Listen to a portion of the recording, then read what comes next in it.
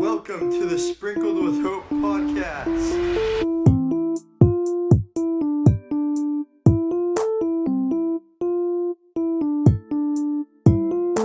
This is Jason. And this is Shane. And it's podcast time. Welcome to Sprinkle with Hope podcast and your host Shane. And today I'm gonna be interviewing Jason a little bit.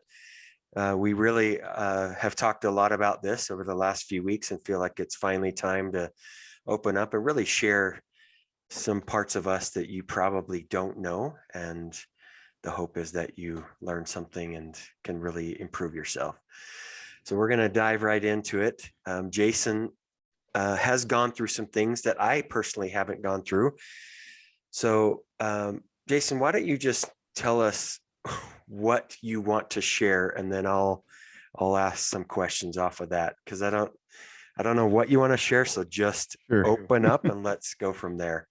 Yeah. So, no, this is great, and Shane and I are loving these topics that we're talking about. But one of the things that I went through as you know, as a teenager and a young adult was a struggle with drugs and alcohol abuse and things like that. And so really what happened is, you know, we didn't have a lot of parental supervision, Shane and I, and he was basically already out of the house when this time frame occurred. And so there wasn't a lot of parental supervision. And so I was kind of just left up to my own accord to make my own decisions. Well, when a teenager is left to his own ideas and thoughts and things, and you know, a neighborhood full of punk kids, things can get a little bit out of hand. So that's basically what happened. I got involved with the wrong crowd of people. We started doing drugs, and it started out with just marijuana and progressively got worse and worse from there. And so, you know, I can talk about all the hard drugs that I did and things like that. They're all terrible, every single one of them. I can tell you from personal experience, they aren't good for you. Most of the time you're out of your own brain. You can't even think or function for yourself. And then when you combine two or that with alcohol, it's like a myriad of problems then ensues. And luckily I kind of got out of this unscathed other than my personal health. Mm-hmm. But I didn't end up like going to jail or, you know, those kinds of things or you know, doing something super terrible that would, you know, eventually land me into somewhere I didn't want to be. But I still, you know, I went through these struggles. I was involved with some hard people. And so, you know, that's really it. It was getting involved with drugs and alcohol and having those things control my life, not me controlling my life. So that I really appreciate you opening up, because these are hard and difficult discussions to have, but grateful that you're able and willing to open up and share these things with our listeners. So walk me through a little bit of how you got there. You mentioned a little bit of you got into the wrong group of crowd, and I guess I'm more interested in if our listeners are listening and they have young teenagers, what are some things that they can see that might help them avoid these things? So that's kind of twofold, but how did you kind of slip into it? And then how can we help people not slip into these type of things? Yeah, that's a great question. And I think just, you know, me being a parent, right, and like looking at my childhood and be like, wow, how do I help my kids avoid that kind of a situation? Well, there was a few key signs that, you know, if my parents would have been paying attention, that would have caused them to be like, what the heck is going on?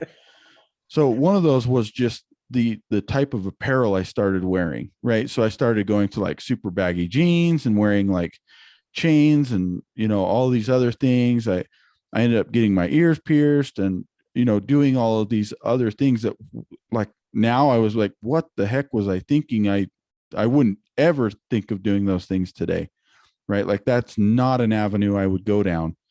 And if my kids started doing that, I'd be like, whoa, okay, now we need to have a conversation. Yeah. Right. But those conversations didn't happen for me. And so it was, oh, cool, he's wearing those skater baggy jeans. I'm going to wear them. And that doesn't necessarily mean you're a bad kid. Yeah. That's kind of where it started, right? Like, started wearing the baggy jeans. Then the skater kids started coming around. Some of them were good, some of them were bad. Again, I'm not putting any labels on anybody, because there was a lot of good skater kids that, we would skate around on skateboards, and they were great people to be around. Then there's like the other side of the crowd. It's like, those are the wrong skater kids to hang around. And those are the ones that kind of really pushed me to, okay, get my ears pierced. Oh, smoke a little bit of weed. It's not going to hurt you, right? Yeah. Do a little bit of this, do a little bit of that. Then before you know it, one thing leads to another, and you're doing even more severe drugs than that. And so, like, that's really how you get into it. And there was other things like staying out way later than a curfew was assigned, Mm-hmm. anything after like 10 or 11 o'clock, kids probably shouldn't be outside, because that's when all the bad stuff starts happening, right? Yeah. And so, it started going from like, oh, hey, I'm going to go to school the next day, to be like, screw it, I don't feel good, I'll just stay up till 1 o'clock in the morning doing illicit drugs with my friends, and we're having a great time, which I thought was a great time, right? Yeah. To, then I never went to school, and I don't give a flying rip anymore. Like, I'm just going to do whatever, right? Yeah. So, like, you can kind of see that there's some things that started out, and they didn't necessarily mean I was doing bad things, but those things tend to lead to other things. Yes. I wouldn't necessarily say that's all the time, Right. but like, that's, as a parent, that's when you start to have conversations with your kids and say, okay, what's going on? What can I help you with? I want to be part of your life. What's some struggles? And if they are doing those things, don't guilt them or shame them into, because then they're never going to tell you anything that they do. Yep. So you definitely don't want to guilt or shame them. And I never had those conversations, but I can imagine if they would, right? Like, it would have been, oh, I just feel so terrible. And Yeah. like, that's not what they need at that moment in time. They need a support system, not to feel guilty or shame of their actions that they're taking. Because I knew I wasn't doing the right thing, right? It wasn't that I was like, oh yeah, this must be right because I feel like it, I feel good when I do these things. It's like, no, I know that they weren't good things. Yeah. But it was in my teenage brain, which isn't even fully developed yet. It's like, whatever. Just gonna ride this train, and it's cool. Yeah. Because I'm hanging out with all these cool people that I thought were cool. Yeah. But those are some of the signs that you can start to see and talk to your kids about if they're hanging around the wrong kind of people. Yeah. And I could see that now. It would be a steady progression of changing your appearance and those type of things, something that parents should pick up on. And like you had mentioned, simply talking to your teenagers or however old they are, just having those open discussions with them. Hey, are you struggling with something, or those type of things, so that they feel trust and secure that they can come to you as a parent. So those of you who know Jason today would think there is no way that this guy went through this. That is impossible. So what was there a moment in time, or what sort of got you to get out of this lifestyle? Yeah, that's even probably the better question, right? Is like going from this situation to another situation. So I had met my current wife, and she was really the one that helped me. I mean, there was some support from some religious leaders, from some family members, just a few of my family, Shane and a couple of my other siblings and things like that helped me. But it was like my current spouse and I just saying, okay, that's not the lifestyle that I want to live anymore. And so I want to change direction and go a different way with her. Like, we wanted to get married and do all these great things. And And we were young at the time, and I was really glad that I met her because she really helped me get through that portion of my life.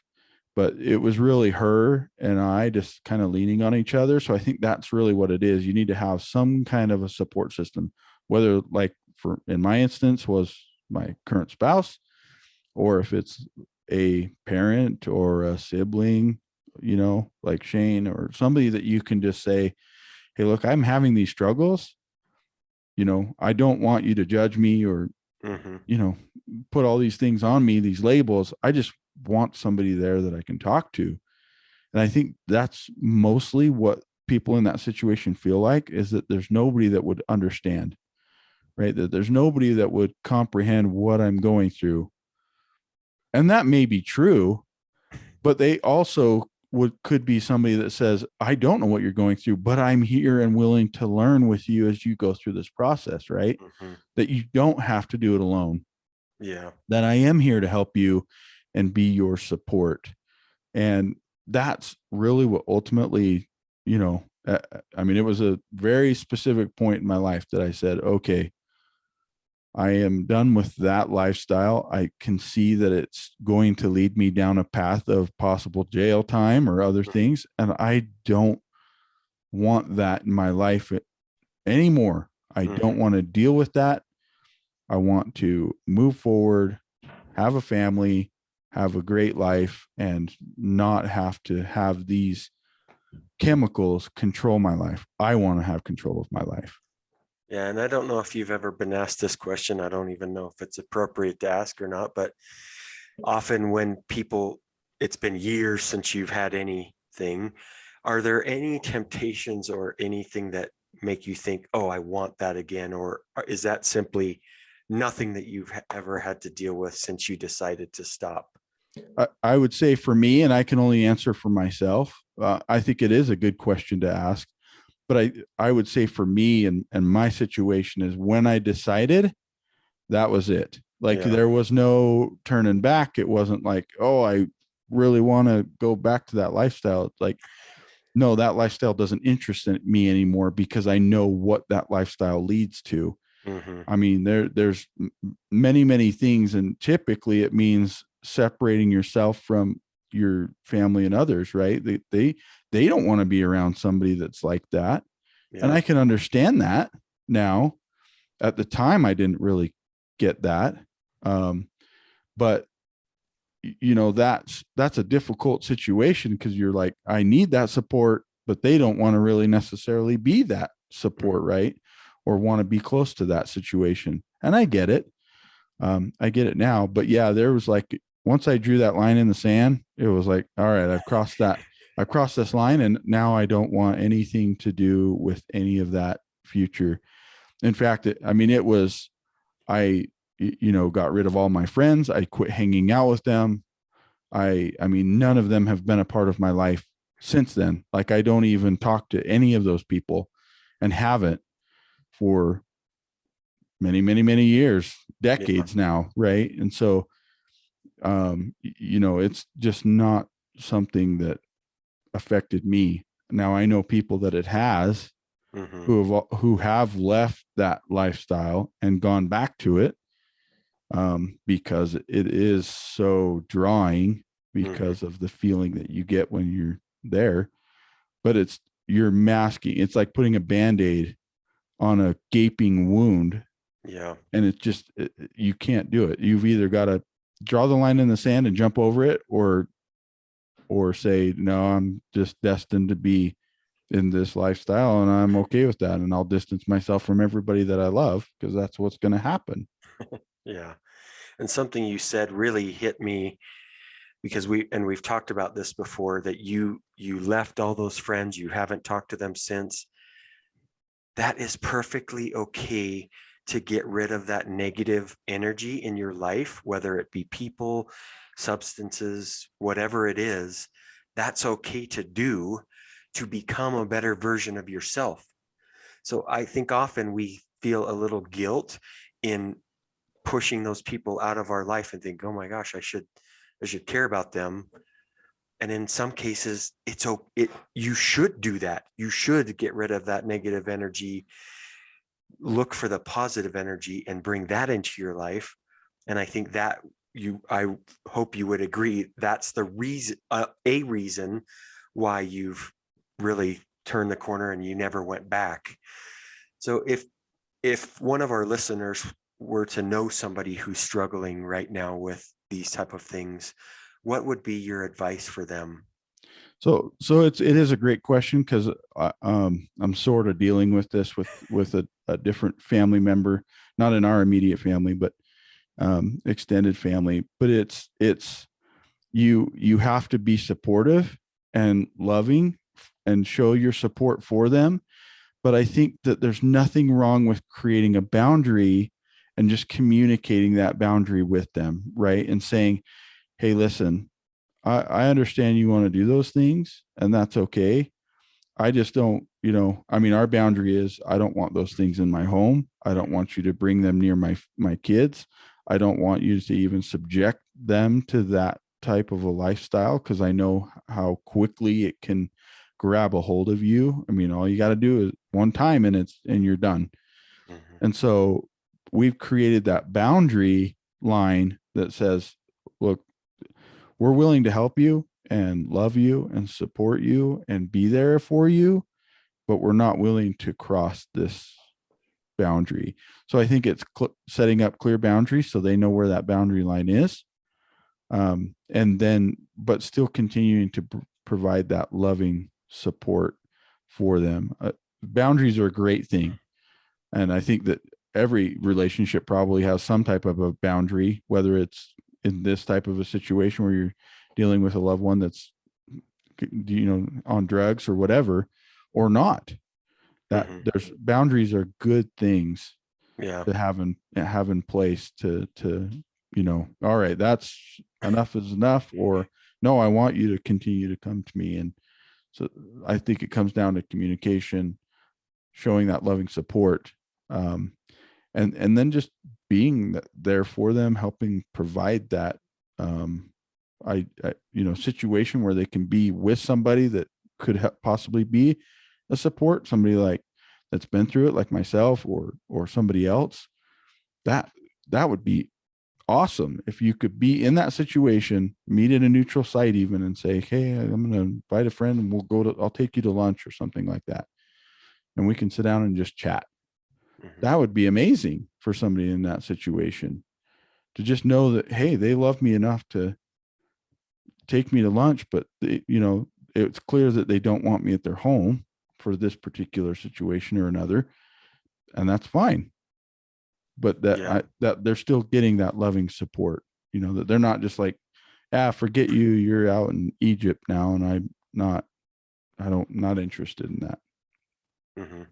Again, going back to that negative energy, the boundary that we set allows the negative energy to come to the boundary, but not cross it. So Right. I agree. I think the boundaries are great. And that's not saying we don't love the person on the other side. We just won't let the negative stuff come across our boundary that we've set. I think that was a really good thing that you brought up. So when I say we, I'm talking about our listeners and myself, really appreciate the discussion that we've had.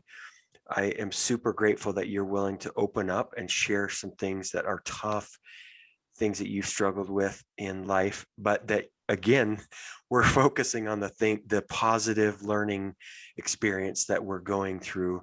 And so we appreciate that you're willing to do that today. We truly, truly appreciate every listener. I can't say this enough.